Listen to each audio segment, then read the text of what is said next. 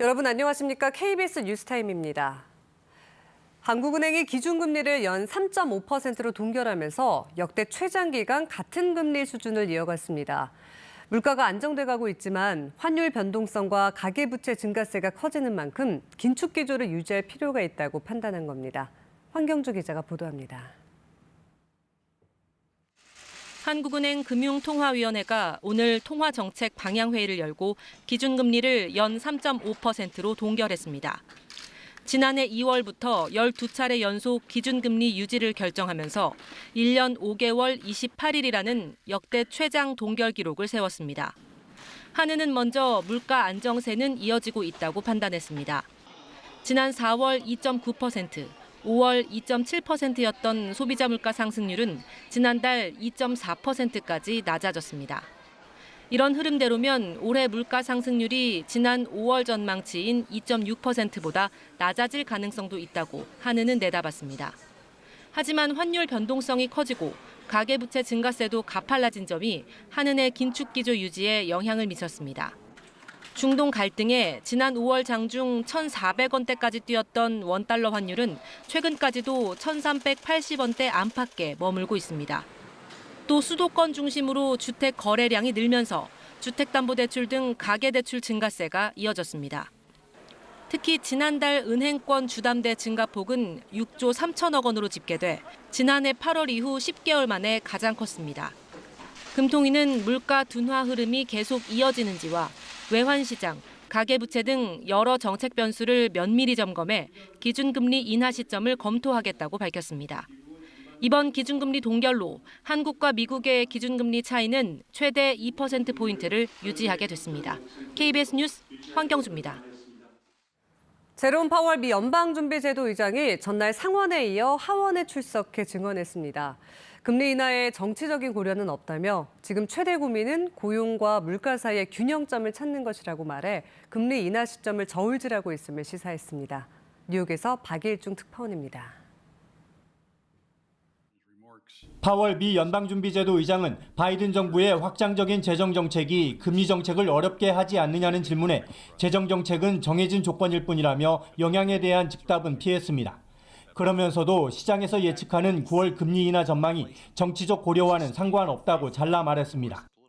It comes down to we make our decisions based on economic data, the evolving outlook, the balance of risks, and we don't take into consideration any other factors, including political factors. 금리 인하 시점을 구체적으로 언급하지는 않았지만 물가, 특히 개인 소비 지출 물가지수 상승률이 반드시 2% 아래로 내려갈 필요는 없다고 밝혔습니다. 꾸준히 목표치인 2%로 향해 간다는 확신이 있으면 된다는 겁니다. 특히 최근 가장 큰 고민은 물가와 고용 사이의 균형이 어디인지를 찾는 거라며 금리 인하 시점을 저울질하고 있음을 내비쳤습니다.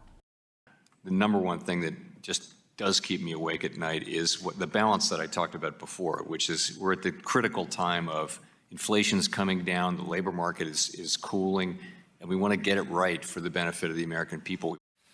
다만 금리를 0.5%포인트 이상씩 내리거나 과거의 초저금리 시대로 돌아갈 가능성은 없다고 말했습니다.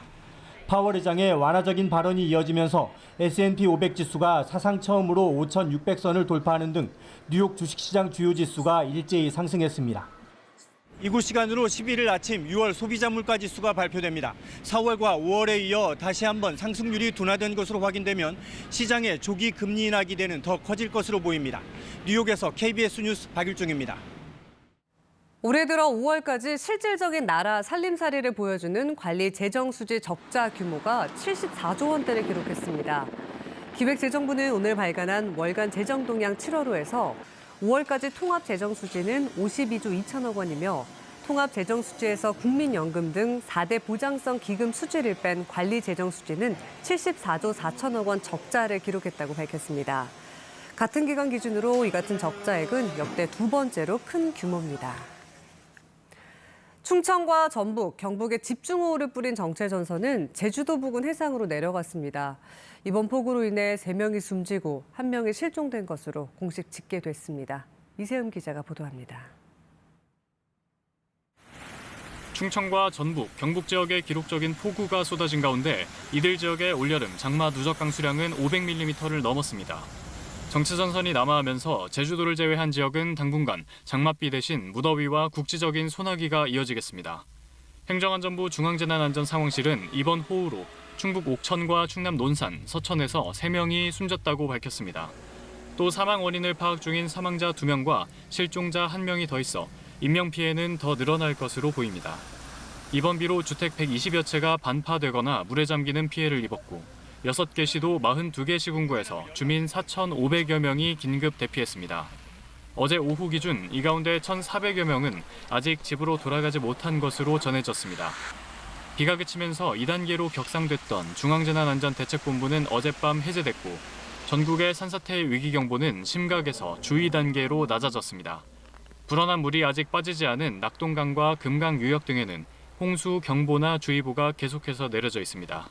기상청은 남쪽으로 물러난 정치전선이 제주도 부근 해상에 머물다가 주말쯤 남부지방으로 다시 북상하겠다고 내다봤습니다. KBS 뉴스 이세임입니다. 정치권 소식입니다. 국민의힘은 대통령 탄핵 청문회와 관련해 민주당이 민생을 외면하는 당으로 전락했다며 권한쟁의 심판을 청구하기로 했습니다. 더불어민주당은 김건희 여사를 향해 최근 불거진 국정, 당무 개입 의혹에 대해 국회로 나와 직접 해명하라고 촉구했습니다. 김민철 기자가 보도합니다. 국민의힘은 윤석열 대통령 탄핵 청원 청문회에 대해 권한쟁의 심판을 청구하겠다고 밝혔습니다. 민주당이 주도하는 이번 청문회는 헌법과 법률을 위반하는 명백한 불법 행위여서 원천 무효라고 거듭 주장했습니다. 황 의원 비대위원장은 민주당의 대선 불복 심리가 남아있는 게 아닌지 의심하지 않을 수 없다고 밝혔습니다. 국민의힘은 또 이재명 전 대표가 뜬금없는 먹사니즘을 외쳤다며 민주당은 민생을 외면하면서 검사 탄핵 등 마구잡이식 탄핵몰이를 하는 탄핵니즘당으로 전락했다고 비판했습니다. 추경호 원내대표는 국회를 아수라판으로 만들어놓고 공허한 먹사니즘을 선언한다며 국민 우롱도 유분수라고 했습니다. 더불어민주당은 김건희 여사를 향해 최근 불거진 국정 당무 개입 의혹에 대해 국회 청문회에 출석해 직접 해명할 것을 촉구했습니다. 박찬대 당대표 직무대행은 김 여사의 총선 개입 의혹과 댓글팀 운영 의혹, 당무 개입 의혹이 들불처럼 퍼지고 있다고 말했습니다. 그러면서 권한 없는 민간인이 국정 운영에 관여하는 건 국정농단이라고 했습니다. 임성근 전 해병대 1사단장에 대한 구명 로비 의혹에 대해서도 해명하면 할수록 의혹만 더 커지고 있다. 특검으로 진실을 밝혀야 한다고 강조했습니다. 박성준 원내 수석 부대표는 대통령이 민의를 무시하고 거부권을 행사했어도 여당은 국민의 뜻을 따라야 한다며 여당을 향해 해병대원 특검법 수용을 촉구했습니다. KBS 뉴스 김민철입니다. 정부가 각 수련병원에 이달 15일까지 미복귀 전공의들의 사직을 처리할 것을 재차 요청했습니다. 또한 앞서 제시한 전공의에 대한 특례 등은 하반기 수련에 참여하는 경우에 한해서만 적용되는 것이라고 강조했습니다. 보도에 김하은 기자입니다. 미복귀 전공의에 대한 처분 방안을 확정한 정부가 각종 특례는 오는 9월 하반기 수련에 참여하는 전공의에게만 적용된다고 밝혔습니다. 앞서 정부는 사직 절차를 마치거나 복귀한 전공의들이 앞으로 전문의 자격을 제때 취득할 수 있도록 1년 내 재수련 불가 지침을 완화해 주기로 했습니다. 하지만 사직 후 9월부터 전공의 수련에 참여하지 않는다면 이런 특례를 제공하지 않겠다는 겁니다. 그러면서 각 수련병원에는 오는 15일까지 미복귀 전공의들의 사직서를 일괄 수리해달라고 다시 한번 요청했습니다. 앞서 수련병원들이 전공의 처리 시점을 실제 사직서가 제출됐던 2월 29일로 하기로 한 것에 대해서도 거부 의사를 밝혔습니다. 아울러 복귀 전공의에 대한 비방은 단호히 조치하겠다고도 했습니다.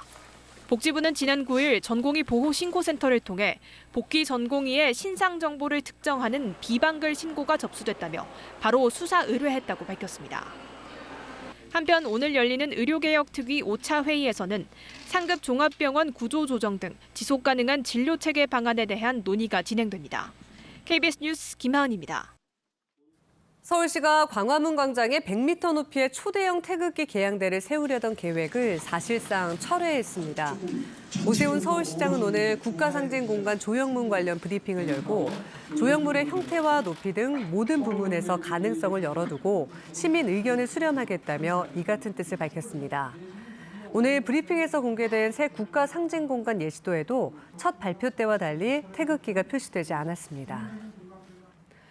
검찰이 대장동 개발사업 민간업자 김만배 씨로부터 금품을 수수한 의혹을 받는 전직 언론인 2명에 대해 배임 수재와 청탁금지법 위반 혐의로 구속영장을 청구했습니다. 한겨레 신문 부국장을 지낸 A 씨와 중앙일보 간부를 지낸 B 씨는 김 씨로부터 대장동 개발 사업과 관련한 비판 기사가 보도되는 것을 막고 유리한 기사가 보도될 수 있도록 해달라는 등 부정한 청탁을 받고 금품을 수수한 혐의를 받습니다. 지난해 강남에서 40대 여성을 납치해 살해한 주범 2명에게 무기징역이 확정됐습니다. 대법원은 오늘 37살 이경우와 황대한에게 무기징역을 선고한 원심 판결을 확정했습니다. 또 범행 배우인 유상원, 황은희 부부에게 각각 징역 8년과 6년을, 납치, 살해에 가담했다가 범행을 자백한 연지호에게 징역 23년을 선고한 원심도 확정했습니다. 이경우와 황대한, 연지호 등 3인조는 지난해 피해자 A씨를 납치해 살해한 뒤 대전 대청댐 인근 야산에 암매장한 혐의로 재판에 넘겨졌습니다. 정부가 미국계 헤지펀드인 메이슨 캐피탈에 약 3,200만 달러를 배상하라는 국제상설중재재판소 판정에 불복해 취소 소송을 제기했습니다. 법무부는 정부 내외부 전문가들과 논의를 거쳐 취소 소송을 제기했다고 밝혔습니다. 앞서 2018년 메이슨은 한국 정부가 국민연금의 의결권 행사에 부당한 압력을 행사해 삼성물산과 제일모직 합병에 찬성하도록 한 결과 주가 하락으로 2억 달러의 손해를 입었다며 중재를 신청했습니다. 정체전선이 남쪽으로 내려가면서 지금은 제주도에 비가 내리고 있습니다. 내일까지 제주도에는 30에서 80mm가량의 비가 더 내리겠습니다. 그 밖에 대부분 지역에선 장맛비가 주춤하겠지만 대기가 불안정해 소나기가 오는 곳이 있겠습니다. 수도권과 영서, 경북 지역엔 폭염주의보가 내려졌습니다. 내일 서울의 낮 기온이 31도, 춘천과 대구 32도까지 올라 무더위가 이어지겠습니다. 내일 대부분 지역 구름만 많겠지만 대기가 불안정해 소나기가 오는 곳이 있겠습니다. 아침 기온은 서울과 부산이 23도로 오늘과 비슷하겠고 낮 기온은 강릉이 30도, 광주 31도로 오늘보다 높겠습니다. 바다의 물결은 남해와 제주 해상에서 3m까지 높게 일겠습니다. 제주도는 당분간 비가 이어지겠지만 그 밖에 대부분 지역은 일요일까지 장맛비가 주춤하는 곳이 많겠습니다. 기상정보였습니다. KBS 뉴스타임 마칩니다. 고맙습니다.